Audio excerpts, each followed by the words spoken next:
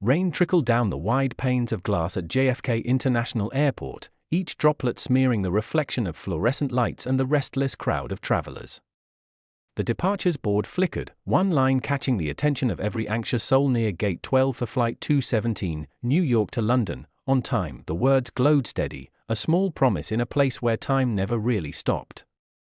Families clustered in groups, their conversations a messy orchestra, children whining for snacks, parents muttering over passports, business people tapping furiously at phones.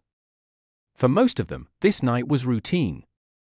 Just another journey for Daniel Reeve. It was supposed to be the beginning of his breakthrough. He sat alone near the window, fingers drumming nervously against the spine of his notebook. 34 years old, a journalist with a reputation for chasing ghosts of stories that most editors avoided, Daniel had built a career out of skepticism.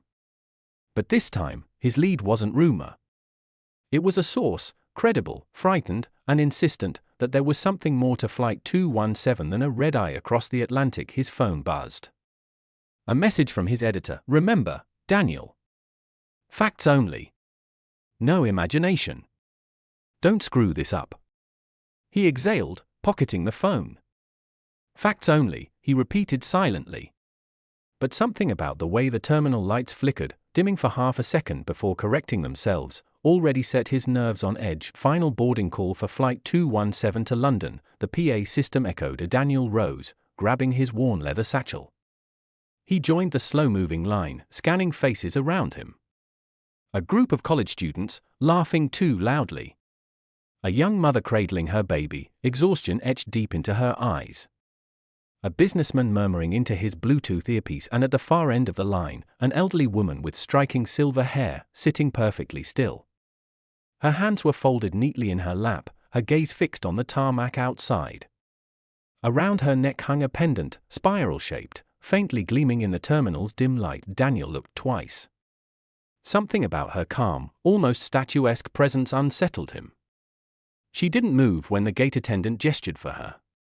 Only when the line had nearly vanished did she finally rise, gliding forward with a poise that seemed rehearsed. Inside the plane, the air smelled faintly of disinfectant and recirculated coffee. Daniel located his seat, 14A, window side near the wing. He stowed his bag in the overhead compartment and slid into the narrow cushion. For a brief moment, he closed his eyes, imagining the hours ahead. A nap, some notes, a safe landing. Ordinary. The middle seat filled a few minutes later with a woman in her late 20s, auburn curls falling across her glasses as she struggled with her laptop bag. Sorry, she said breathlessly, brushing her hair back. I'm in 14B. Daniel shifted to let her pass. Thanks, she murmured, settling in. She glanced at him briefly, polite smile, then returned to her phone, typing furiously before sliding it into airplane mode. She gave a soft groan. I hate long flights. Feels like being trapped in a tube with strangers you'll never see again. Daniel smirked faintly. Better than driving across the ocean. She chuckled at that, tension easing slightly. But her fingers tapped restlessly on the armrest as the engines rumbled to life. The plane lifted smoothly, leaving behind the glitter of the city. Clouds swallowed the windows, turbulence rocking the cabin in small jolts. Passengers settled into rhythms, movies, books, headphones, the quiet rituals of travel. 2 hours later, turbulence worsened. A hard shudder rattled trays and overhead bins. The seatbelt sign blinked on, and the captain's calm voice filled the speakers. Ladies and gentlemen, we've hit a rough patch. Please remain seated. Nothing unusual.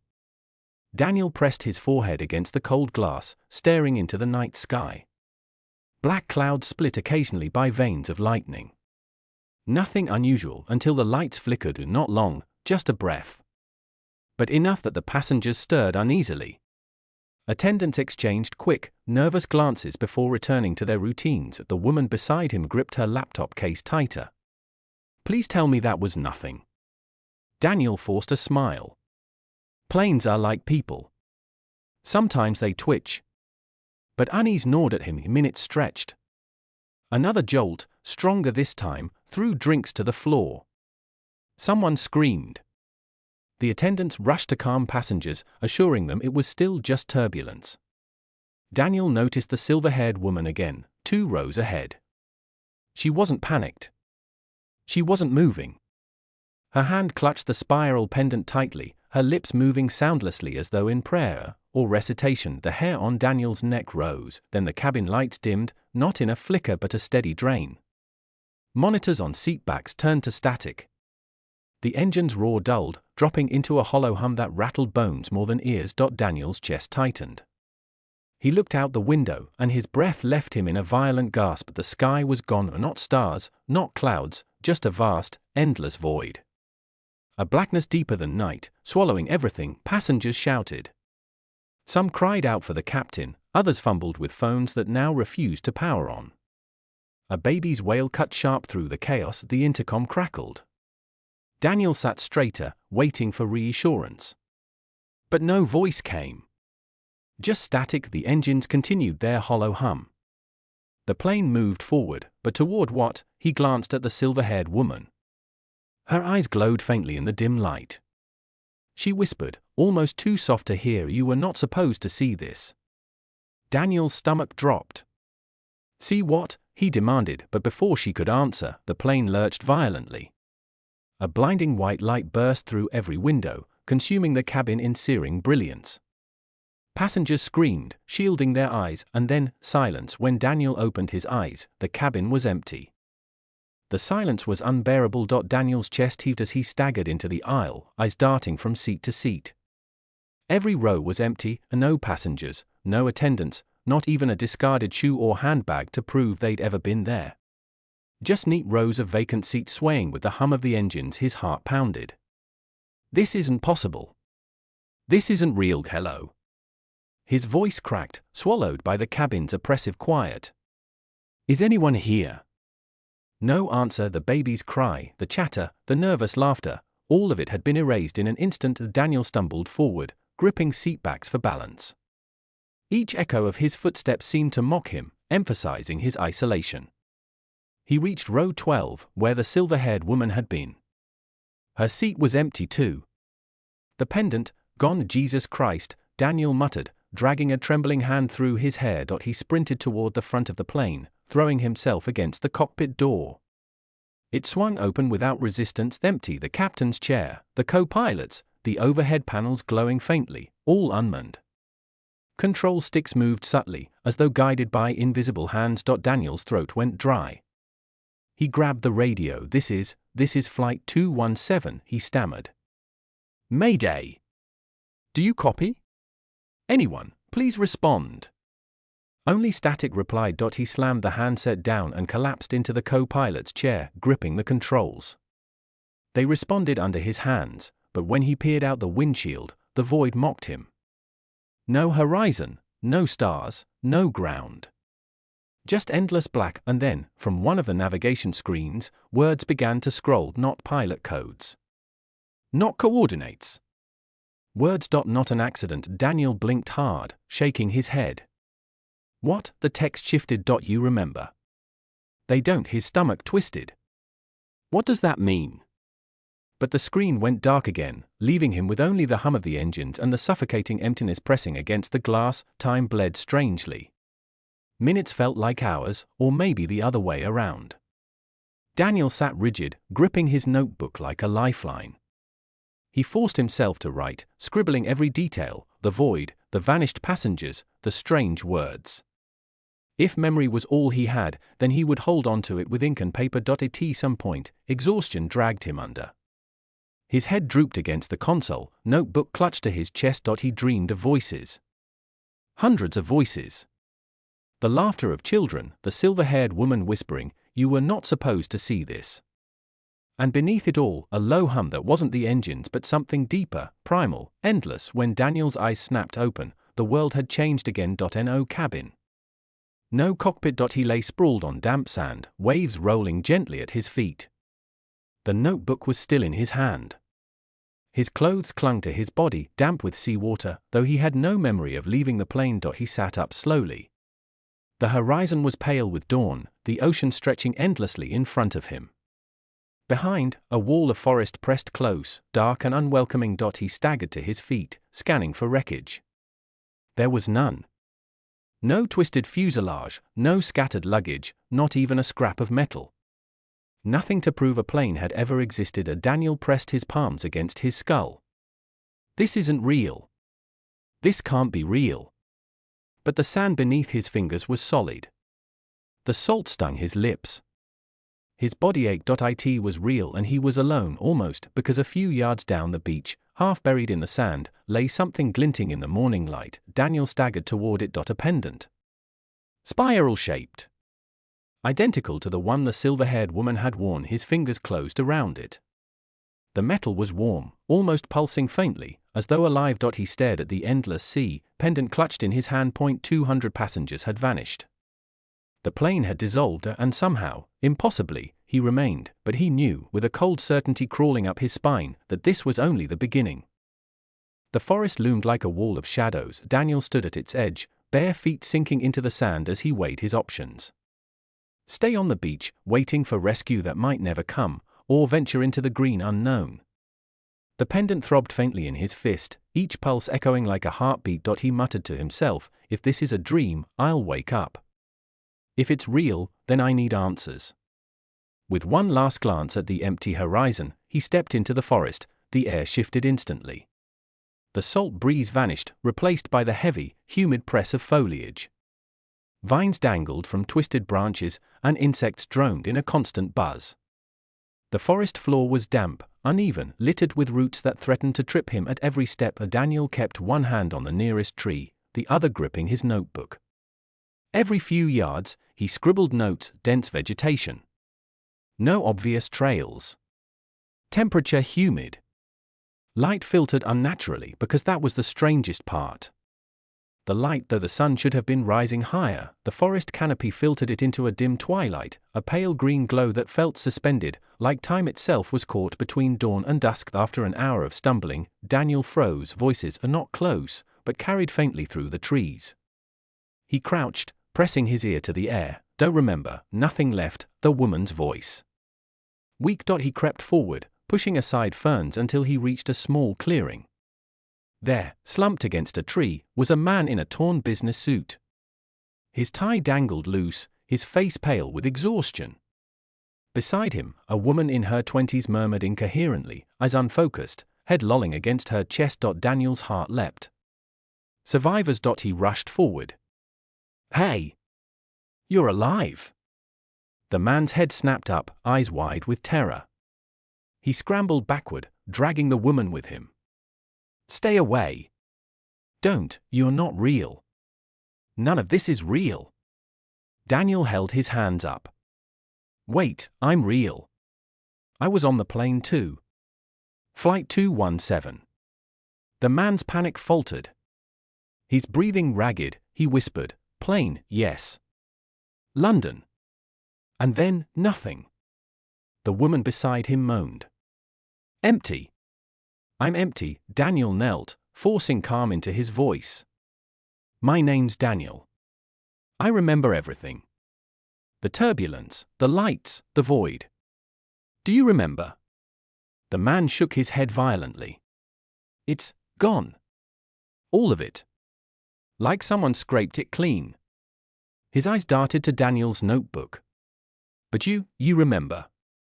Daniel swallowed hard. Yes. And I wrote it down. The man stared at him with something like awe and fear. Then they'll come for you. Before Daniel could ask who they were, the forest itself seemed to shudder. A low vibration rippled through the ground, rattling leaves. The survivors flinched, curling into themselves. No, no, no, the man whispered. The pendant in Daniel's pocket pulsed hot, and then, through the trees, figures emerged. At first glance, they looked human, tall, draped in grey suits. But as they drew closer, their faces blurred, features shifting as though reality couldn't pin them down. One moment, a nose and mouth, the next, only smudges of color. Their hands held flat slates of glass that glowed with cold blue light. Daniel's breath caught. Architect, the man beside him whimpered, dragging the woman tighter into his arms. Don't look at them. Don't remember them. If you don't remember, they leave you alone. But Daniel couldn't look away. The lead architect tilted its head. Its blurred face seemed to ripple when it focused on him. You are wrong, it said, voice distorted like a broken radio. He remembers. He writes. Daniel stumbled back, clutching his notebook to his chest. What do you want from me? The architect's reply came in overlapping tones, multiple voices speaking as one to unwrite you. The slates in their hands flared. A wave of pressure hit Daniel's skull, sharp and suffocating. Memories flickered, his mother's voice, the smell of his childhood home, the sound of laughter in college halls. Each one blinked like a dying light bulb, ready to vanish. No, he shouted, gripping the pendant. Its spiral glowed brilliantly, throwing back the blue haze. The architects recoiled, faces glitching violently. The survivors gasped, shielding their eyes. Daniel, heart hammering, turned and ran deeper into the forest. Branches clawed his arms, roots snagged his feet, but he didn't stop. Behind him, the architect's distorted voices pursued, echoing through the trees. You should not remember. You should not exist. He burst into another clearing, lungs burning. At its center rose something impossible, a tower of black stone spiraled with glowing lines, stretching high above the treetops. The Tower of Echoes, and Daniel knew, with bone-deep certainty, that whatever answers lay ahead were waiting inside. Daniel approached the tower cautiously, his every step echoing against the clearing as though the ground itself were amplifying his presence. The closer he drew, the stronger the pendant pulsed against his chest. The spiral lines on the tower pulsed back in rhythm, as if responding. The air tasted metallic, thick, humming with vibrations that rattled his teeth. His notebook itched in his grip. He scribbled even as his hand shook. Black Tower, unknown material. Emits sound and light. Possible resonance with pendant. As he reached the base, he touched the stone. It rippled under his fingers like water, yet remained solid.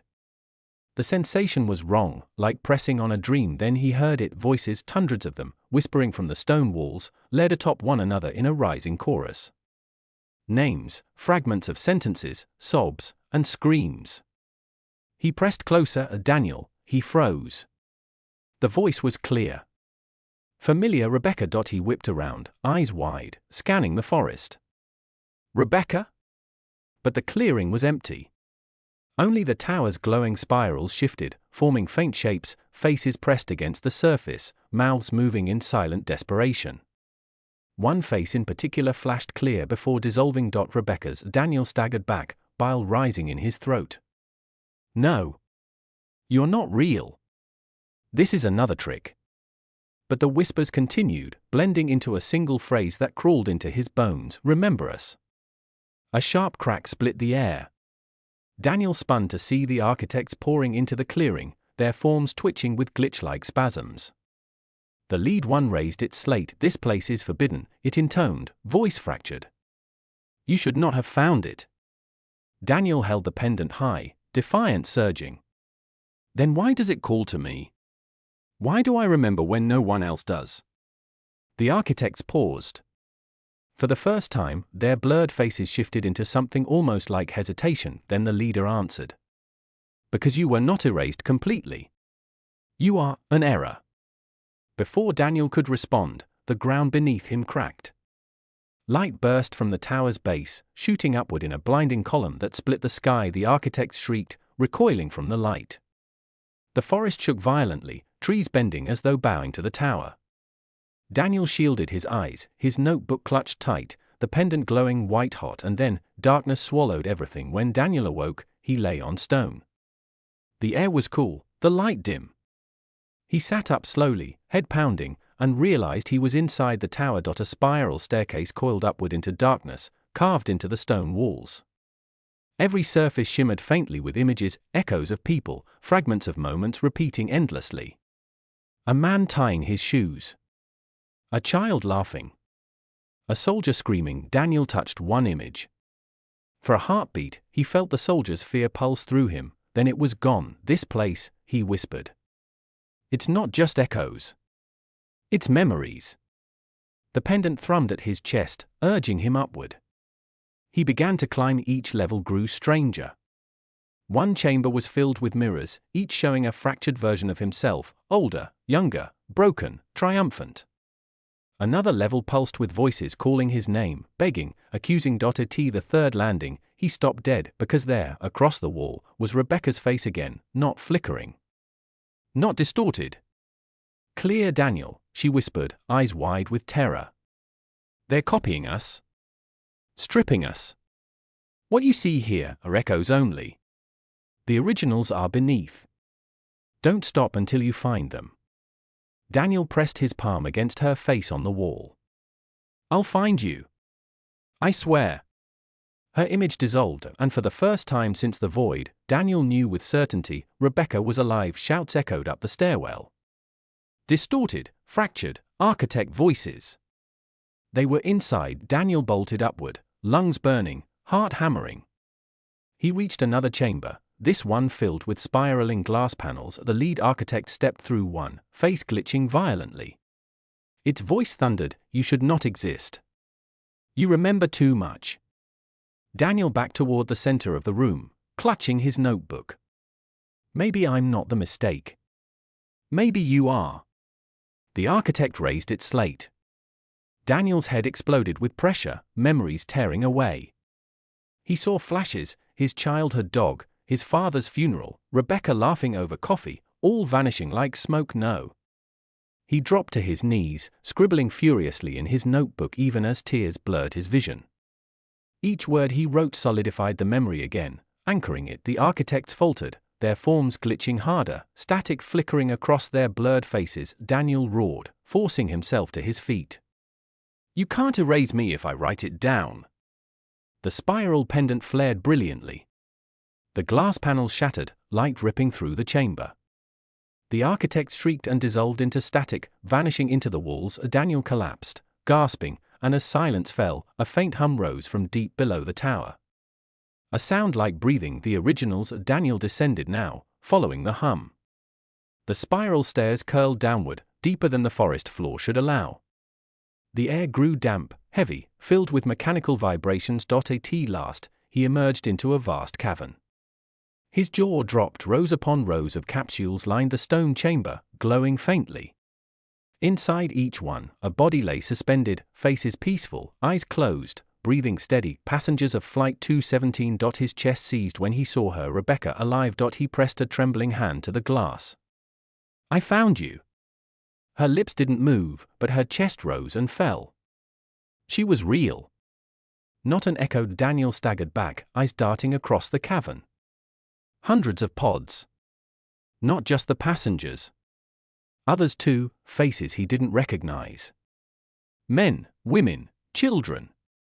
Generations of erased lives. Above the cavern, carved into the stone, glowed words that made his blood run cold. Echoes are copies. Originals remain beneath. The architects hadn't just erased memories. They had stolen people. The hum rose, a vibration that shook the cavern. Daniel looked down. The pendant blazed white hot.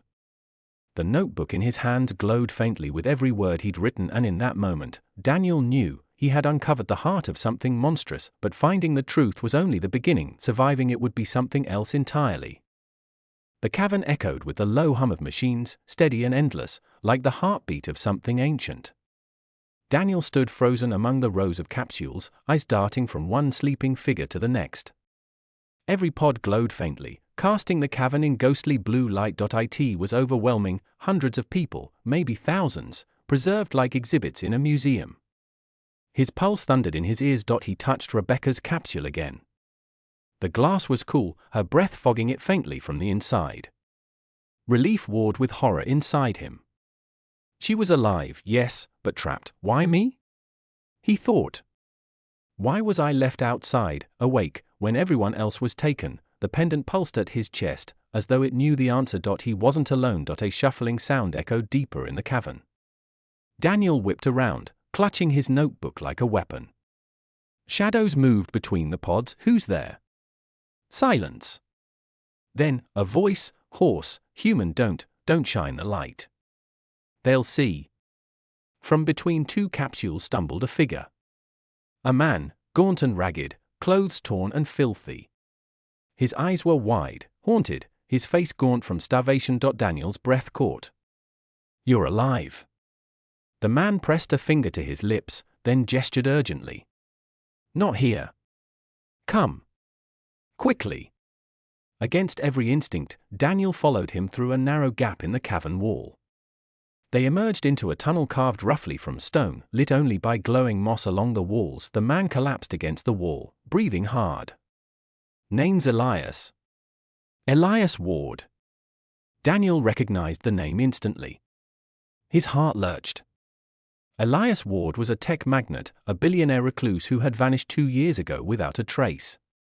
His disappearance had fueled conspiracies across the internet. Daniel began, but Elias raised a shaking hand later. Right now, you need to understand, they'll know you're here. The architects. They always know when someone remembers. Elias's eyes darted nervously to Daniel's notebook. You're still writing, he whispered, or mingling with fear. That's why you're not hollow yet. Daniel frowned. Hollow? They strip people, Elias said. Memories first. Then faces, then voices, until nothing's left but a shell. Copies walking around, doing what they're told. But the originals, he gestured back toward the cavern. They keep them here. Like livestock. Daniel's stomach churned. Why? Elias leaned closer, whispering. Because memory is power. Every life lived is a thread in reality. The architects feed on it. Rewrite it. Control it. Daniel shook his head. That's insane. Is it? Elias snapped, eyes blazing. You saw the void. You saw them. Do you think you were meant to survive? No, you slipped through. An error in their system. And errors are dangerous.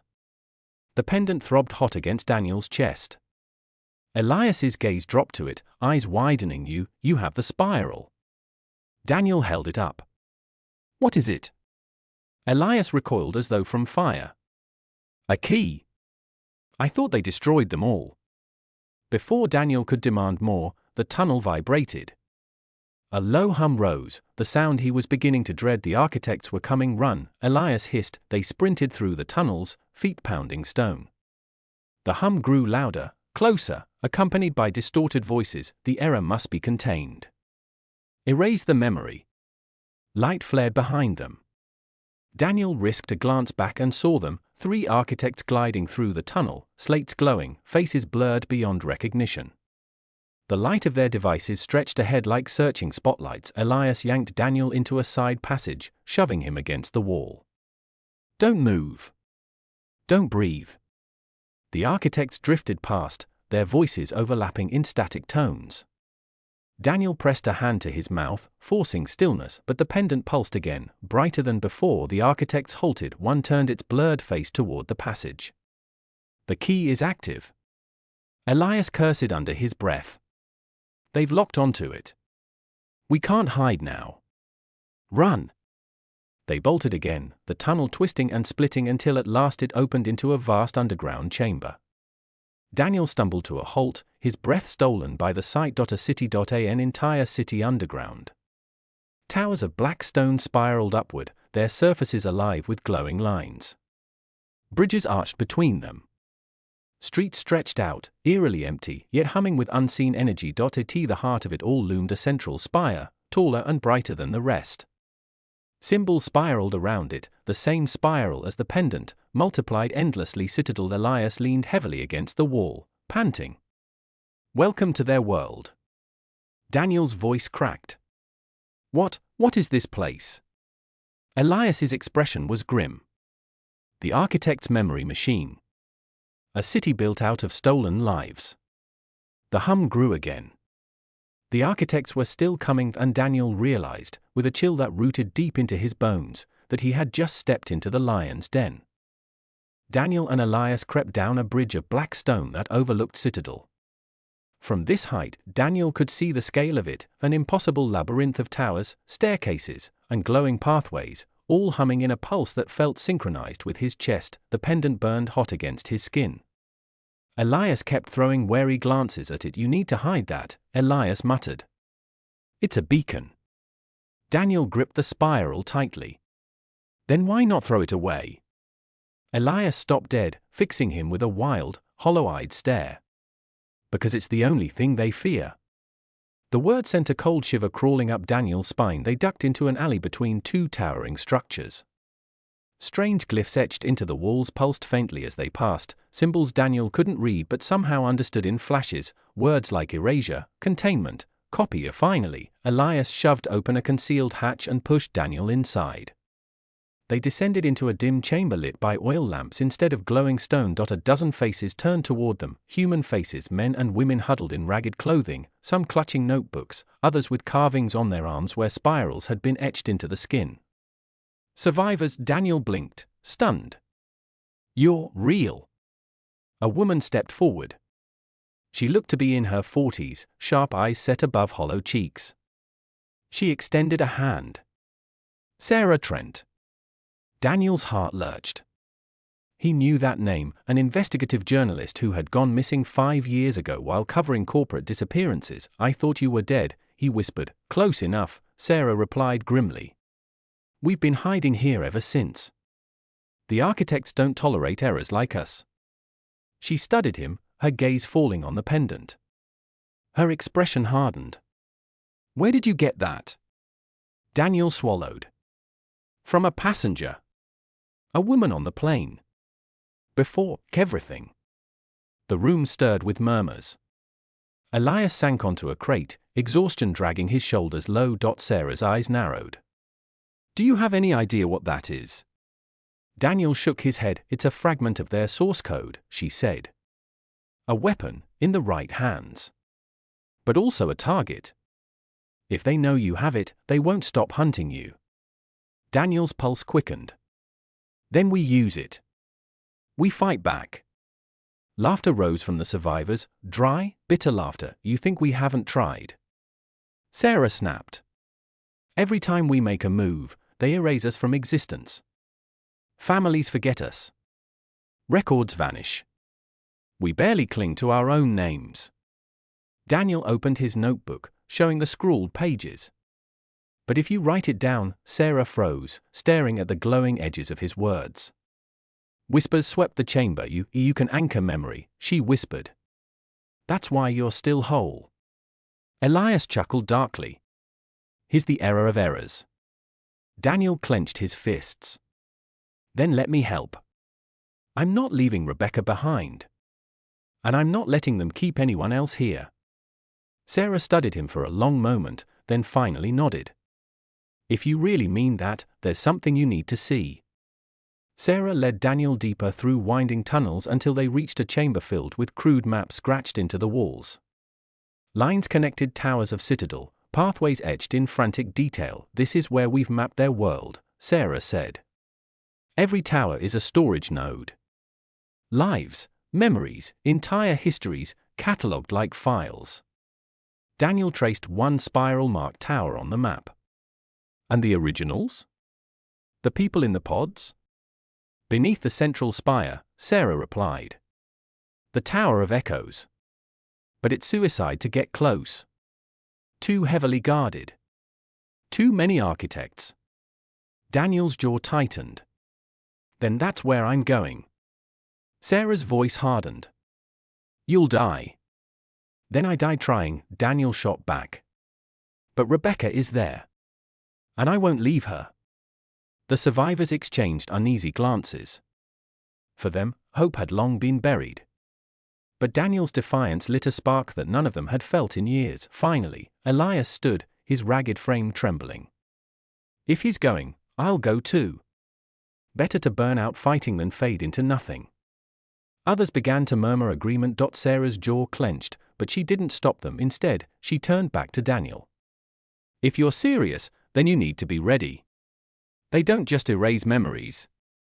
They invade your mind. Twist it until you question what's real. Your notebook will protect you, but only if you keep writing. Daniel gripped the notebook tighter, nodding. Then I'll write until my hand breaks. That night, they planned. Sarah showed him where the architects patrolled, the pathways most likely to collapse, the hidden channels through which survivors smuggled scraps of stolen memory, fragments they'd ripped back from the city's walls. Daniel barely slept. He kept writing, every detail, every word Sarah said. He wrote Rebecca's name 100 times, refusing to let it fade. When dawn, if dawn could even be called that in this place, rose, they moved Daniel, Sarah, Elias, and 5 others. Armed with little more than makeshift blades and their desperate will to remember, the streets of Citadel stretched around them like a labyrinth. Architects drifted above, their slates glowing like stars. Daniel's pulse hammered, every step a risk. Twice they froze as patrols passed, the hum of distortion buzzing in their bones.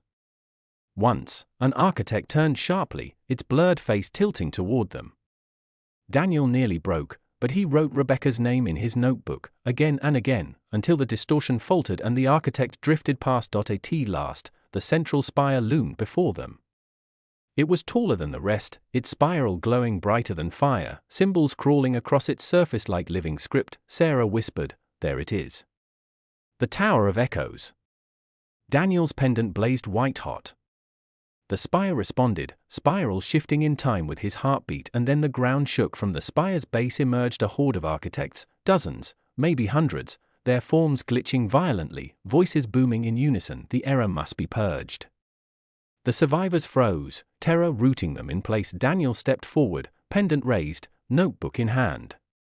His voice rang across the plaza. "My name is Daniel Reeve. I remember. I write. And I will not let you erase us."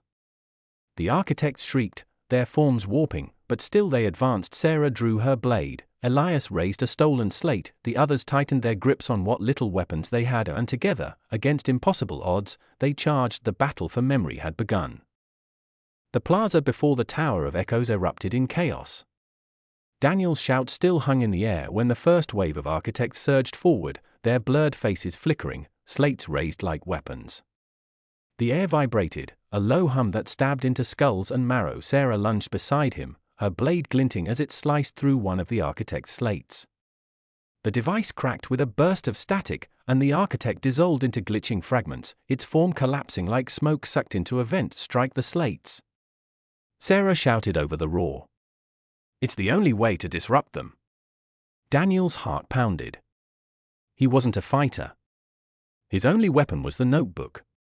And yet, as the architects closed in, instinct drove him. He scribbled furiously, names.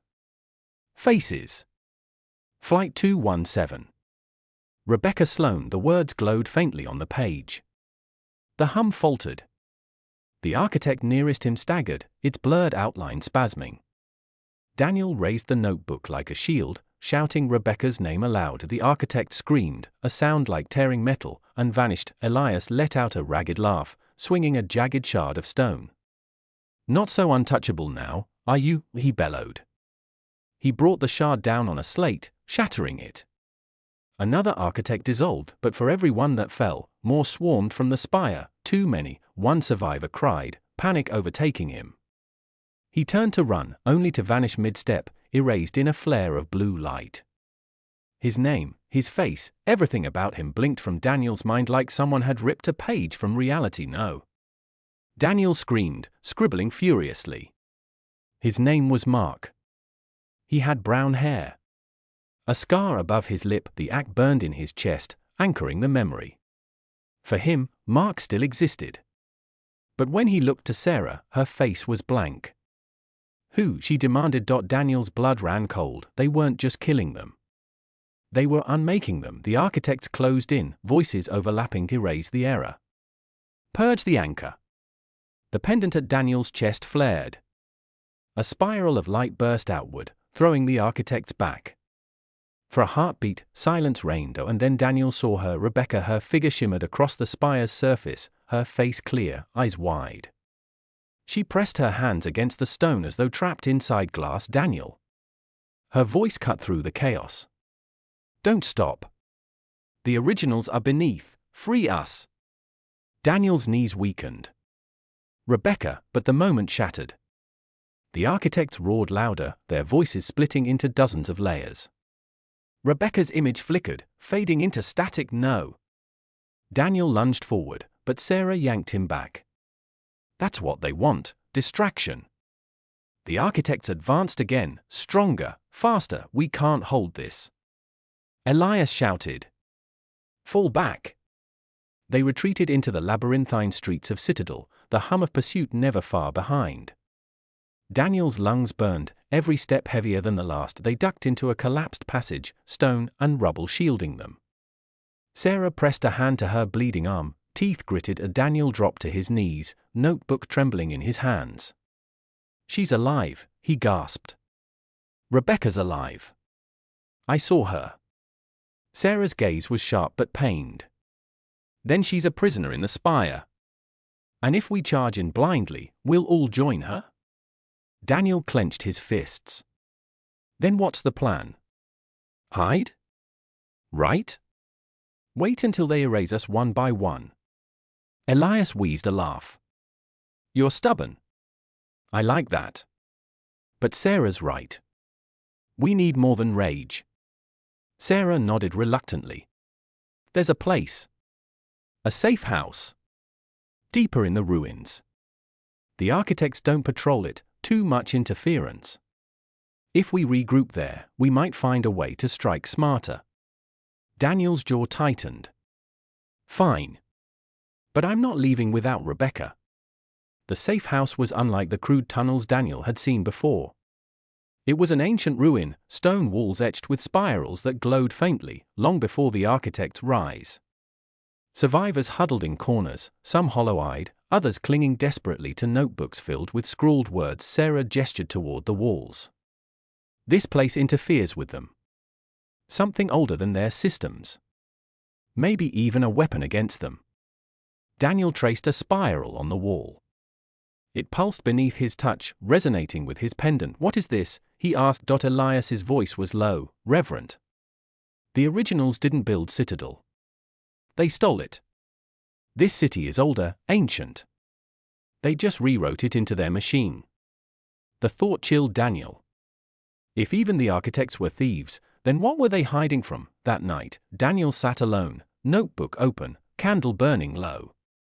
He wrote Rebecca's name over and over, refusing to let her fade, but as he wrote, whispers crept into the room. "You cannot save her." He froze. The voice wasn't in the room. It was in his head. "You are one against many. We are the authors. You are a word on a page. Erased with a stroke." Daniel gritted his teeth. "Then I'll write myself back again." The pendant flared. The whispers dissolved, but Daniel knew they were watching him. Always the next day, Sarah gathered the group. "We can't stay here forever. The spire is their core. If we want to free the originals, we hit it directly. But we need leverage." Elias leaned forward. "There's a node tower on the east side. Smaller, weaker. But it feeds the spire. If we cripple it, we might open a path." Daniel slammed his notebook shut. "Then we hit the node." The group moved at dusk, slipping through the shadows of Citadel streets. The node tower loomed ahead, shorter than the spire but still massive, its surface crawling with shifting spirals. Sarah raised her blade. "Quick and silent. Shatter the slates before they call reinforcements." They crept forward.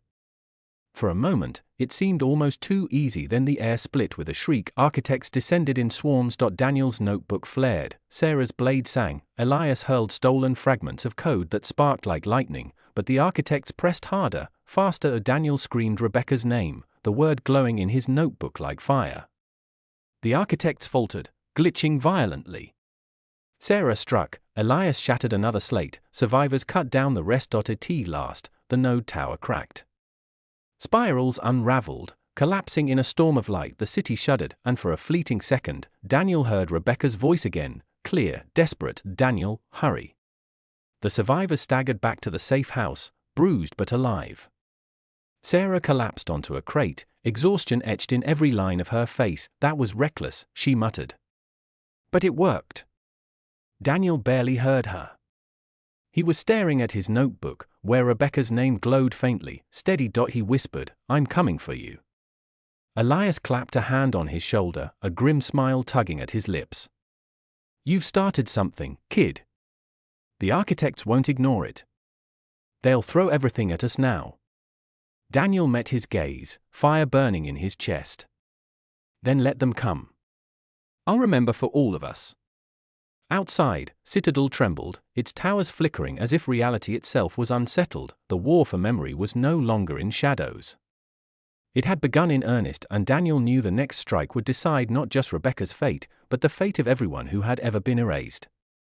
The air in Citadel had changed. Where once the humming glow of its towers had been steady and calm, now the city pulsed erratically. Lights flickered. Symbols twisted into new shapes. Streets bent in ways they hadn't before, folding back upon themselves like a maze alive. Daniel knew why. They had cracked the east node. The city was bleeding, but the victory had come at a price. 2 survivors hadn't returned from the raid. Daniel tried to write their names, Alan, Mai, over and over, but already Sarah and the others looked at him blankly. Who? They asked. The realization chilled him. If I don't write them, they'll vanish completely. I'm the only anchor, and with that came a crushing responsibility. The safe house trembled that night. Whispers slid under the doors, voices that didn't belong to anyone inside. You cannot win. The spire is eternal. She is already ours. Daniel pressed his palms against his ears, rocking, whispering Rebecca's name until the pendant pulsed again, drowning the voices in light. When the noise faded, Sarah's hand gripped his shoulder. You're unraveling, she said softly. Daniel shook his head fiercely. No. I'm holding it together. If I stop writing, if I stop remembering, they win. Sarah's gaze lingered on his notebook. Then write faster. By dawn, they moved. Sarah led the group through the twisting alleys of Citadel.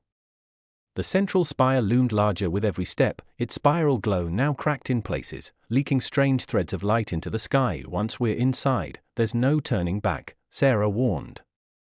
Either we reach the pods, or we die. Daniel nodded grimly.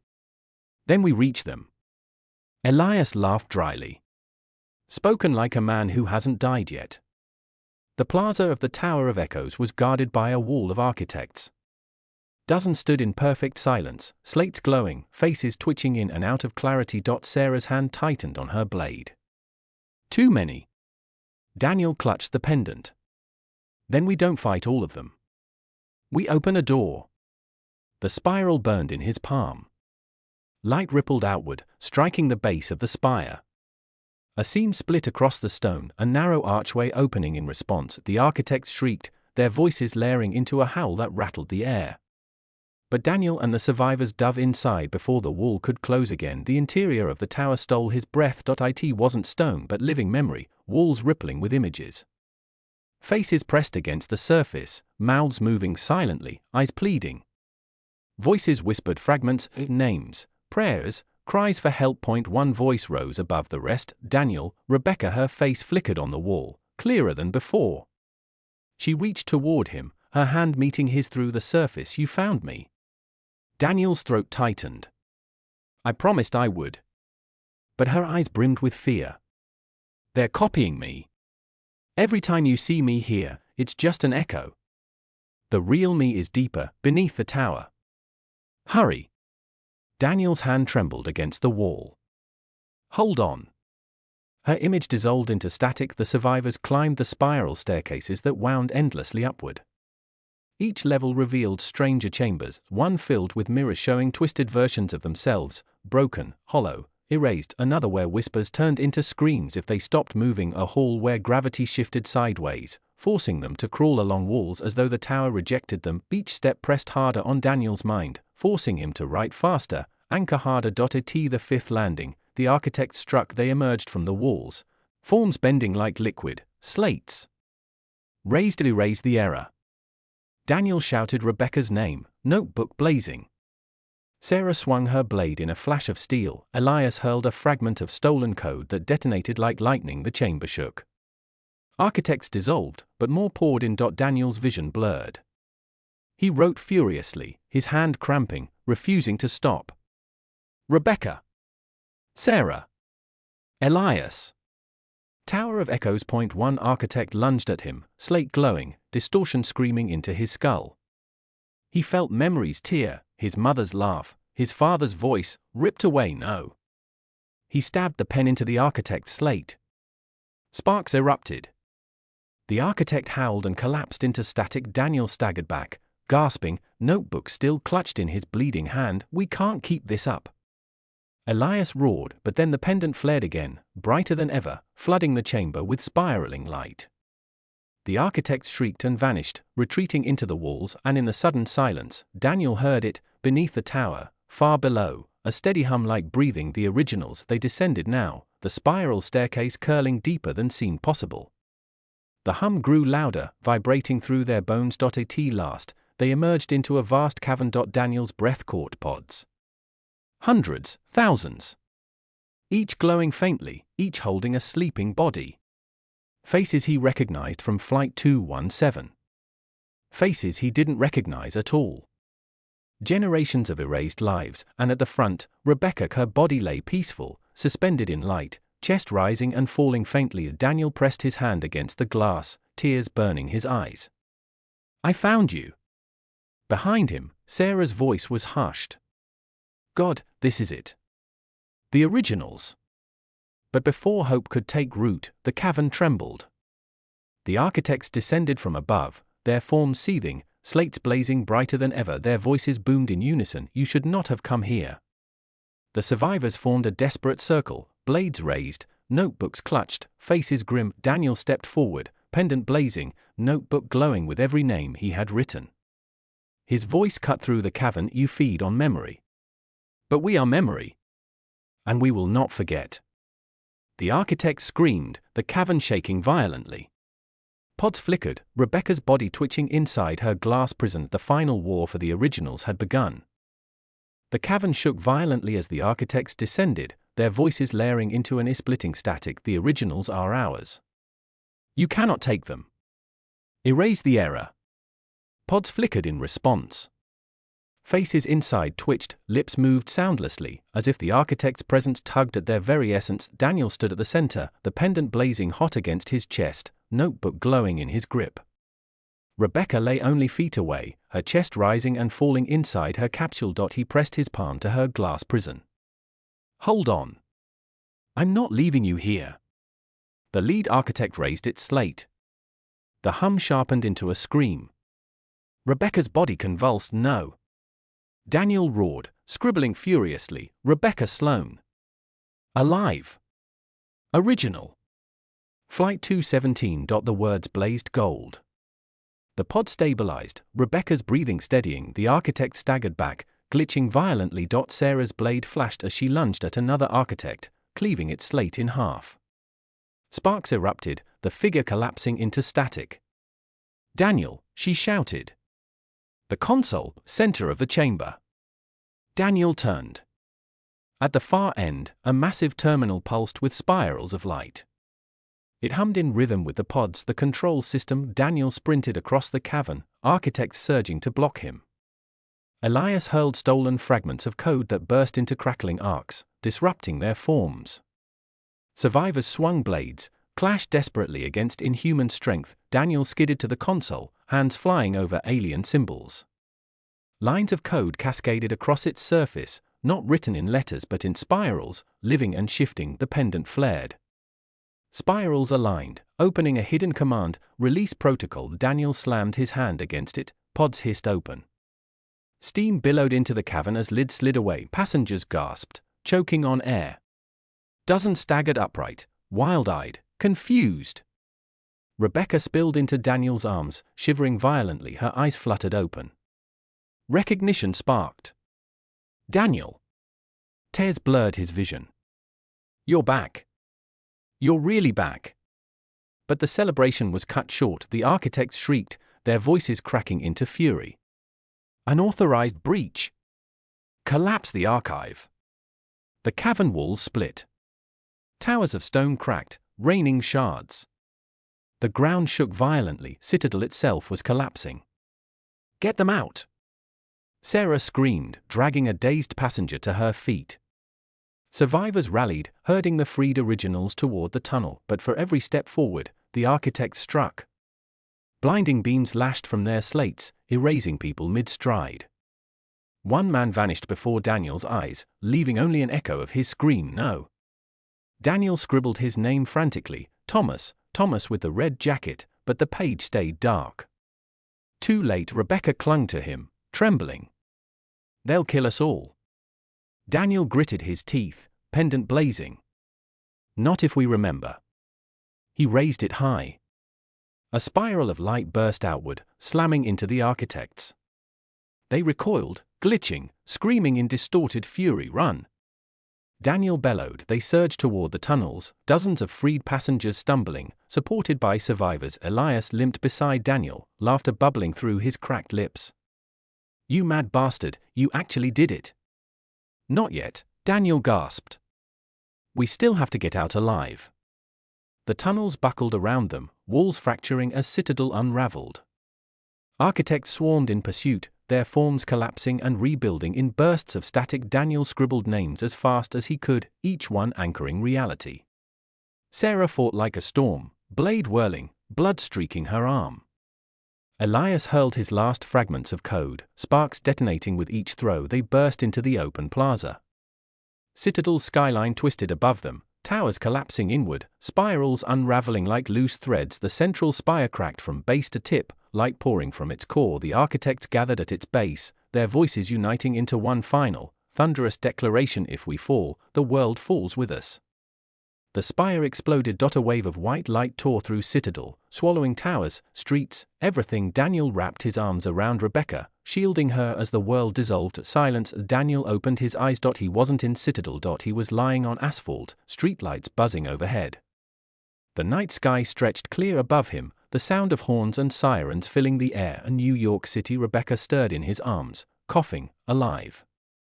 All around them, passengers sprawled across the streets, gasping, sobbing, clinging to each other. Flight 217 had returned, not to wreckage, not to void, but to the city they were meant to reach. Crowds screamed. Phones flashed. Sirens wailed. The world was watching. Daniel staggered to his feet, raising his notebook high. We're alive, he rasped. We remember. The passengers cheered, voices ragged but defiant, and for the first time, Daniel saw fear in the architects. Not in their blurred faces, but in their absence. Citadel was gone. Their machine had collapsed, but as Rebecca clutched his hand, the pendant pulsed faintly, and in the distance, faint as static, a whisper lingered: this is not the end. The streets of New York were chaos.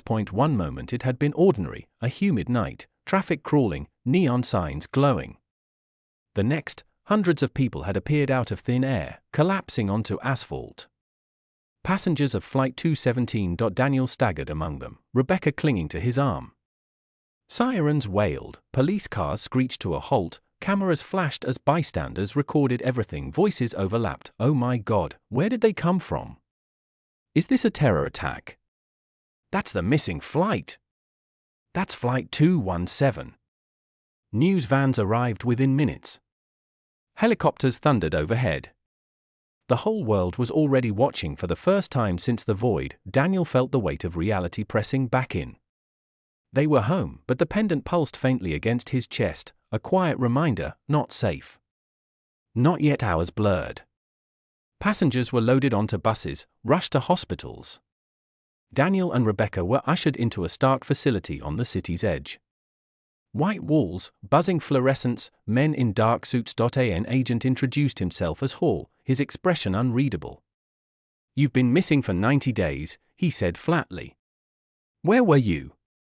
Daniel's hands tightened around his notebook. You wouldn't believe me. Try me. So Daniel told him. About the void, Citadel, the architects. About the pods and the fight to free Rebecca.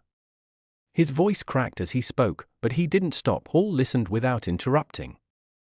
Then leaned forward, voice low. And this pendant? The spiral. Daniel touched it warily. A key. Proof. Hall's eyes flickered. For a moment, just a moment, his face blurred. Daniel's blood froze. He leaned close to Rebecca, whispering, "He's one of them."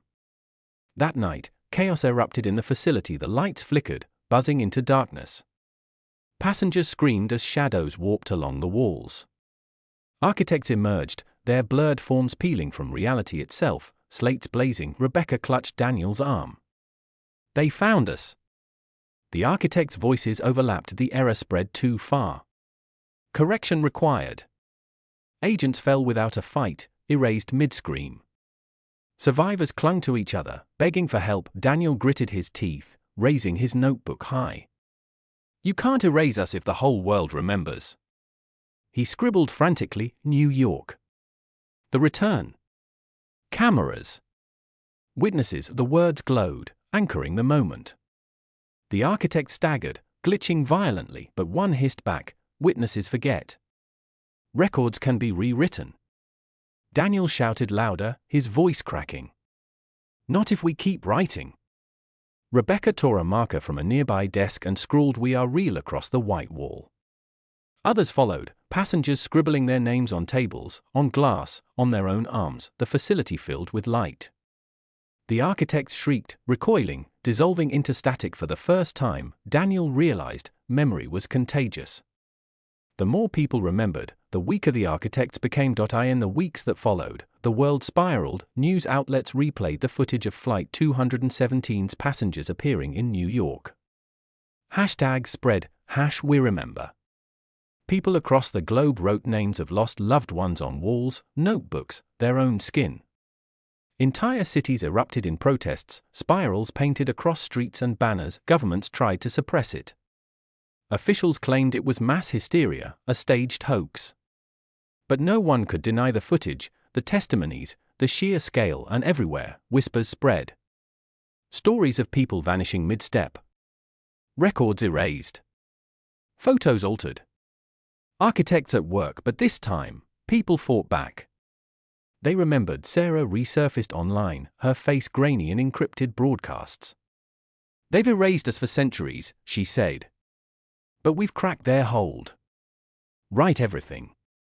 Record everything. Refuse to forget. Her words went viral. Daniel and Rebecca lived like fugitives, moving between safe houses, hunted both by governments and by the architect's remnants.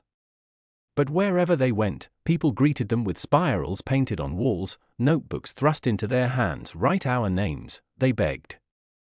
Anchor us. Daniel did. Every night, his notebook grew heavier with ink and memory, but the architects didn't vanish completely. Daniel still dreamt of Citadel. Except now, it was collapsing, towers crumbling, spirals fading. In the void that remained, shadows lingered. You think you've won, the voices whispered. But memory is fragile. People forget. When they do, we return. Daniel woke shaking, pendant burning hot. He looked at Rebecca, asleep beside him, peaceful for the first time in months. He brushed her hair back and whispered, "Then I'll keep writing. Every day. Every night. Until the world remembers." He opened his notebook and filled another page with names. Months later, Daniel stood at Harrow's End, a town once erased, now resurrected in memory. Survivors had built a memorial there, walls etched with names, spirals carved into stone. Hundreds gathered, holding notebooks, chanting a single phrase, "We remember." Rebecca stood beside him, her hand entwined with his. Her smile was tired but unbroken. "Do you think they're gone?" she asked softly. Daniel stared at the spirals glowing faintly on the memorial wall. "Not gone. Waiting. But every time we remember, they lose their grip." Rebecca leaned against him. "Then we'll remember together." Daniel lifted his notebook, pages worn and heavy with ink. He turned to the crowd, voice strong. "They want silence. They want us erased. But as long as we write, as long as we remember, they can never win." The crowd roared in response, their voices carrying across the rebuilt town. Daniel looked up at the night sky. Stars glittered freely, no distortion, no void. For the first time, he felt the world belonged not to the architects but to those who refused to forget. He whispered into the quiet air, words carried by thousands of voices with him. "We remember." And in the silence that followed, no whisper answered back.